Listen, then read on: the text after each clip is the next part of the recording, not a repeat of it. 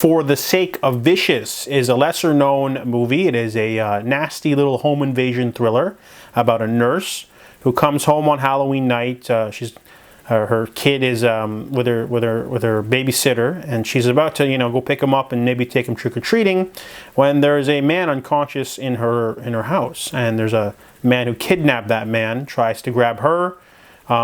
She runs away, locks herself in the bathroom. He explains himself. She knows this man. Apparently, he wants revenge on the man who raped his little daughter.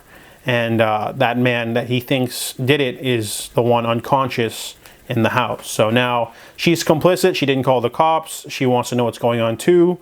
So Chris, the intruder, ties up Alan, the other man, who's adamant that Alan did terrible things to his daughter.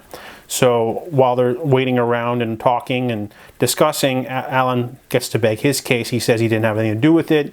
He faces some torture, but then he's able to, disarm the situation a little bit and call for a ride. However, the dude's ride doesn't want to pick him up. Instead, he sends some masked hooligans to kill everyone for some reason, and the story only gets more convoluted from there. But basically, the first maybe half an hour of this movie is a slow build-up. It's a very intimate sort of crime thriller drama, character-driven, about like vigilantism and accusations, proof, burden of proof. It's very slow-paced after that opening scene.